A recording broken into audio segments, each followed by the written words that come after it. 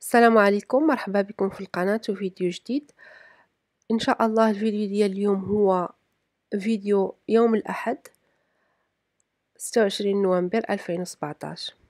من الأسباب اللي كتخليني نذكر التاريخ ديال الفيديو هو أنني كنقول مع راسي من دابا عام أو عامين أو 10 سنين إلى بقي هاد السيت ديال اليوتيوب غنرجع لهاد الفيديوهات ونتذكر الحياة ديالي كيف كانت، لأن سبحان الله العظيم عام كتبدل الحياة، عامين هنايا غير واحد كمثال بسيط. هاد الكتاب هذا كنت يلاه وصلني هاد الأسبوع، وهو كان ديال واحد المكتبة فيه هذه البطاقة ديال المكتبة. ملي كتسلف الكتاب من المكتبة كيطبعوا لك فوقاش خصك تردو. آخر مرة هاد الكتاب هذا قراه شي واحد أو تسلفو من هاد المكتبة كان في أوت 2005. فسبحان الله العظيم كيفاش كانت الحياة ديالنا في 2005. أنا شخصيًا كنت في عالم آخر، بلاد أخرى، حياة أخرى. سبحان الله العظيم كل شي تبدل 100%. وها أنا في بلاد أخرى من بعد 12 سنة. فسبحان الله العظيم ملي كنكتب التاريخ أو ملي كنقول التاريخ ديال هاد السلسلة هادي، كنقول مع راسي ربما من دابا واحد 10 سنوات غنرجع وغنبقى نتأمل في هادشي ونقول ياه كي كانت الحياة ديالي وكيفاش تبدلات. المهم نتمناو خير ونطلبوا الخير، وكنتمنى من دابا 10 سنين ولا أكتر تكون الحياة ديالي أفضل والحياة ديالكم كاملين إن شاء الله. غير كإضافة هاد الكتاب هذا ديال Joy of Cooking كتاب رائع جدًا. هو سلسلة، كاين واحد الكتاب كبير فيه هاد الكتوبا كاملين مجموعين، يعني الوصفات كاملين مجموعين، ولكن هاد السلسلة هذه هي حديثة نوعًا ما، فهي سلسلة رائعة. إلا لقيتوها كتباع غير شريوها، يعني ماشي خسارة، فلوسها ماشي خسارة فيها. المهم دابا العشية يعني فطرت، قمت بالأعمال ديال اليوم، كلش الأعمال ديال الدار إلى آخره. دابا غنصاوب شوية ديال المسمن، وغنستعمل هاد الآلة هادي ديال العجن اللي هي في الحقيقة في الرأي ديالي أحسن آلة ديال العجن اللي متوفرة عنده يشريها. في الحقيقة هادي أحسن من الكيتشن أيد هادي اللي من موراها. ملي كنبغي نعجن واحد الكمية كبيرة ديال المسمن ولا الخبز ولا هذا كنجبد هاد الآلة هادي، هي كبيرة. الاسم ديال هاد الماركة هادي هي كويزن آرت، وهذه مخصصة للعجن، وأيضا عندها بزاف ديال الاستعمالات الأخرى. فيها 3 ديال الزلافات أو الكؤوس هذيك اللي كتحيد، ولكن أنا أغلبية يعني عمري ما استعملت الزلافات الآخرين، يعني هذيك الجزء العلوي ديال هاد الآلة هذه كنستعمل غير هذا. أغلبية كنستعملها للعجن كيف ما قلت لكم ملي كنبغي نعمل واحد الكمية كبيرة. أنا كنت حطيت واحد الصور، واحد الفيديو قصير في الإنستجرام، اللي بغا يشوفو فيه المعلومات على هاد الآلة هادي، اللي بغا يشوفو يمشي للصفحة ديالي في الإنستجرام اللي هي فاطمة is okay، وهاديك الشرطة اللي لتحت it's me. غتلقاو هاديك واحد الفيديو وأيضا الصور. وإن شاء الله إلا بغيتو معلومات على هاد الآلة هادي سولوني تما أو هنا في هاد الفيديو هذا اللي بغيتو أنا غنجاوبكم. بالنسبة للناس اللي ساكنين في أوروبا هاد الآلة هادي غير شريوها، زعما آلة رائعة. ملي كنت عايشة عفوا ماشي في أوروبا، في أمريكا، لأن هاد الماركة هادي ماركة أمريكية متوفرة بزاف تما في أمريكا. هنا في أوروبا ممكن تلقاوها ولكن غالية شوية. السيت الوحيد اللي كيبيعها اللي لقيتو كيبيعها هو أمازون، وكيف ما قلت لكم غالية شوية، ولكن الناس اللي في أمريكا يعني متوفرة غزالة هاد الماكينة هادي سميتها كويزن آرت فود بروسيسور 11 كابس. هادي وقيلة هذا اللي عندي كتر من 11 كابس، وقيلة 13 كابس يعني 13 الكأس، ولكن حتى ديال 11 الكأس زوين بزاف كان عندي من قبل. المهم دابا غنعجن العجينة ديال المسمن. عملت نصف كيلو ديال الدقيق الأبيض وربع كيلو ديال الفينو.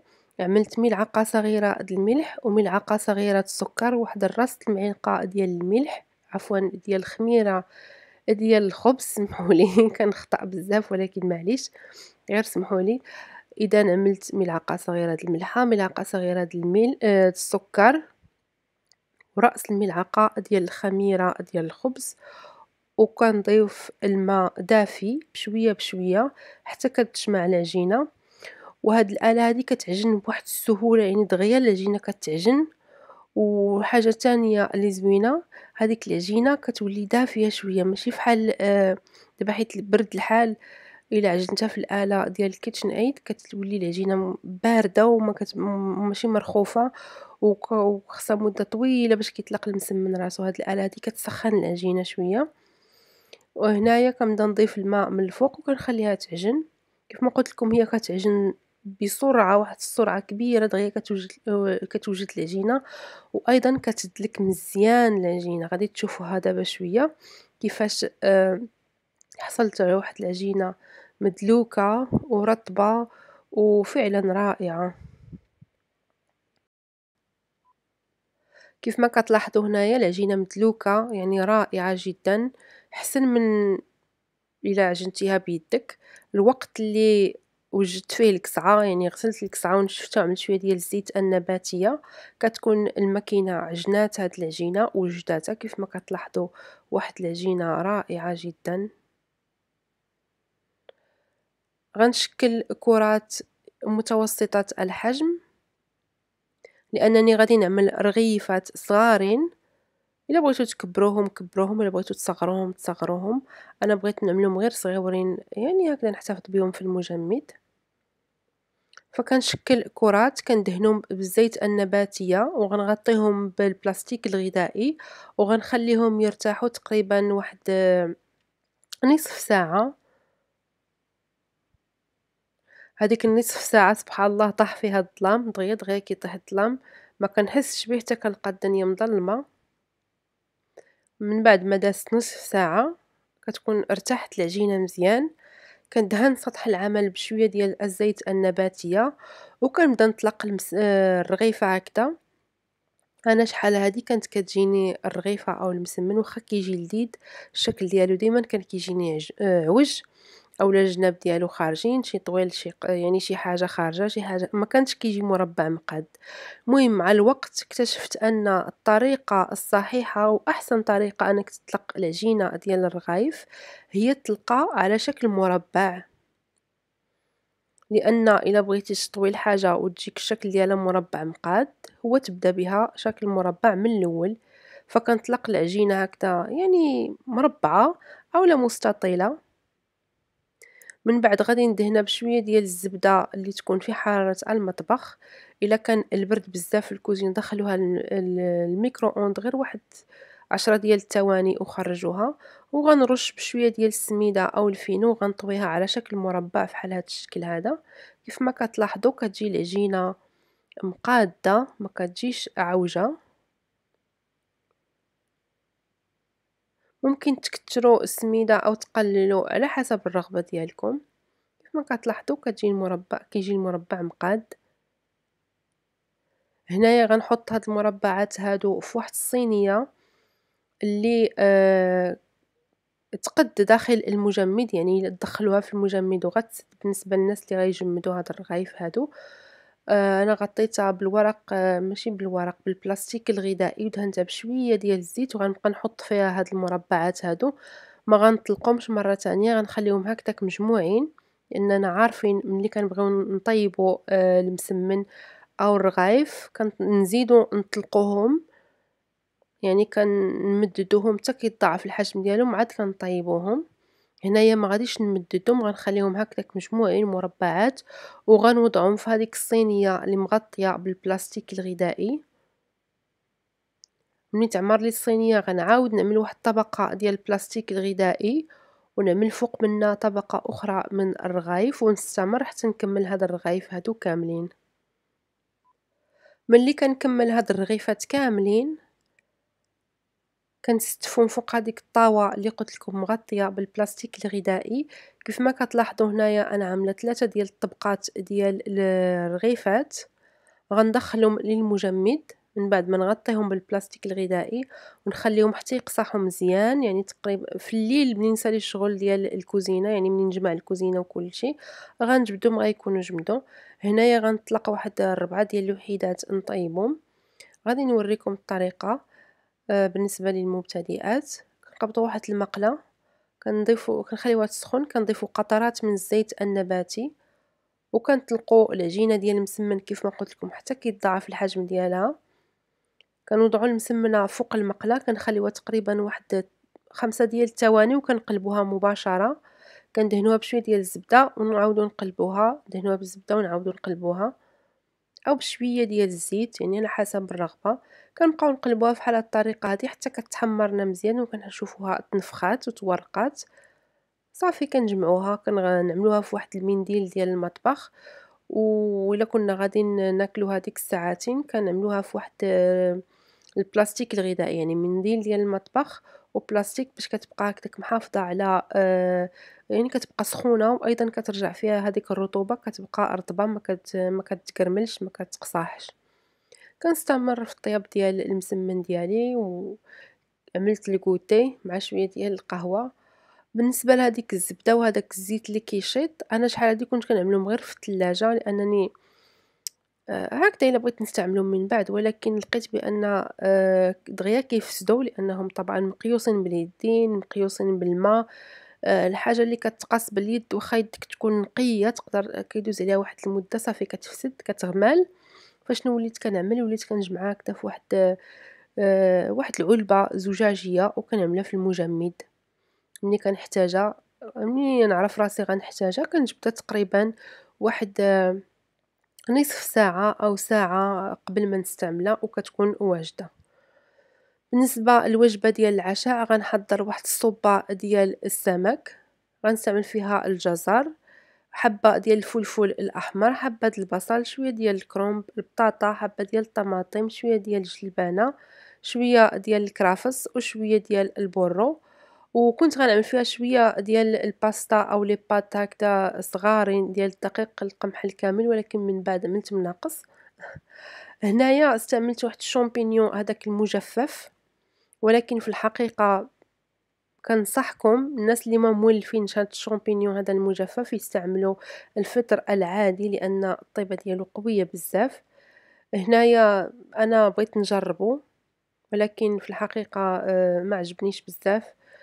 المهم هنايا هاد الفطر هذا المجفف غنضيف عليه شوية ديال الماء طايب ونصفيه في الحال باش نحيد منه هذيك الغبرة والتراب، وعاد نعاود نخوي عليه الماء طايب مرة تانية ونخليه يعني يبقى في هذاك الماء طايب على الأقل واحد نصف ساعة باش يطلق راسو ويترخف ما يبقاش جاف. فكيف ما كتشوفوا هنايا خويت عليه الماء طايب أو الماء الغليان وغنصفيه غنغسلو باش تحيد منه التراب، ها هو. وغنزيد عليه الماء طايب وكيف ما قلت لكم غنخليه منقوع في هذيك الماء تقريبا واحد نصف ساعة. في الحقيقة أنا هاد الفطر هذا جاني الطعم ديالو قوي بزاف. الناس اللي كيعجبهم هاد الطعم هذا ممكن يستعملوه، الناس اللي ما مولفينوش أنا كنصحكم تستعملوا الفطر الطري في هاد الشوربة هادي. دابا نكمّلوا مع المقادير ديال هاد الشوربة. غنستعمل الحوت كنشاط ليه من البارح واحد 2 قطعات ديال الحوت. بالنسبة للقمرون بزاف ديال الناس ما كيعرفوش بأنه خصو يتنقّى بهاد الطريقة هادي. كنقبطوا واحد الموس وكنفلحوه من الوسط وكنحيدوا له هذاك الخيط الأسود اللي كيكون الفوق والتحت. هاد العملية هادي ضرورية لأن هداك الخيط الأسود هو المصران ديال القمرون، يعني إلا ما حيدناهش راه غتاكلوا المصران هكداك موسخ ما جاتش. ضروري ما يتنقى القمرون فحال هاد الطريقة هادي. ومن بعد نخليه يستقطر مزيان وغنضيفو للشوربة فيما بعد. هذا هو الفطر المنقوع. دابا غنبدا في تحضير الشوربة. في واحد الطنجرة غنضيف تقريبا 2 معالق كبار ديال زيت الزيتون، ممكن تستعملوا أيضا ملعقة ديال زيت الزيتون وملعقة ديال الزبدة. غادي نضيف البصلة اللي شلّطتها هكدا قطع صغيرة. غادي نضيف أيضا قطع ديال الكرافس، هادو العيدان ديال الكرافس، وتقريبا واحد 3 المعالق كبار ديال البورو. غادي نضيف أيضا الجزر مع هاد الخليط هذا والفلفل الأحمر. علاش كنضيف الجزر دابا وكنسوطيه؟ لأن هداك الوقت اللي كيطيب مع الزيت وكيتحمر كيخليه يطيب بسرعة فيما بعد. غادي نحرّك مزيان ونخليهم يتقلاو مزيان تقريبًا واحد 5 ديال الدقائق مع التحريك المستمر. هاد الخطوة هادي كتضيف واحد اللذة للشوربة ديالنا. هاد الأنواع ديال الشوربات اللي كنعمل أنا كيف ما كتشوفوا كيجيو يعني كيجيو عامرين، ماشي هادوك الشوربات اللي خفاف فيهم غير الماء أو هادوك اللي مطحونين. هادو كيجيو شباعين، يعني كيشبعوا، واخا إلا عملتيهم للعشا راه كيشبعوا لأن فيهم بزاف ديال الخضار، فيهم السمك، فيهم الدجاج بحال هاديك اللي كنت حضرت هاديك المرة. من بعد ما كيتقلاو هاد الخضر هادي مع بعضياتها، ضفت الماء عادي بارد، وضفت البطاطا. غنضيف الجلبانة استعملت أنا الجلبانة أو البازلاء المجمدة، غسلتها مزيان وضفتها حتى هي. ممكن تستعملوا أي نوع من الخضر بغيتو متوفر عندكم، إلا البروكولي ما كنصحش به تضيفوه دابا لأن كيطلق واحد الطيبة قوية. ضفت أيضا حبة ديال الطماطم المقشرة وحيدت لها الزريعة، وغادي نحرك. طبعا غادي نضيف الماء عفوا الملح والفلفل الأسود. هذا هو الشامبينيون. في الحقيقة ما كانش عليا نضيف الماء ديالو، أنا دايما كنشوف في الوصفات أن حتى الماء ديالو كيضيف واحد اللذة للصوبات خصوصا ديال الحوت، ولكن هاد الماء هذا هو اللي عطاها واحد الطيبة قوية بزاف. هو في الحقيقة الشوربة هادي جات لذيذة، إلا أن في الأول كتجي هاديك بحال الطعم ديال هداك الشامبينيون القوي.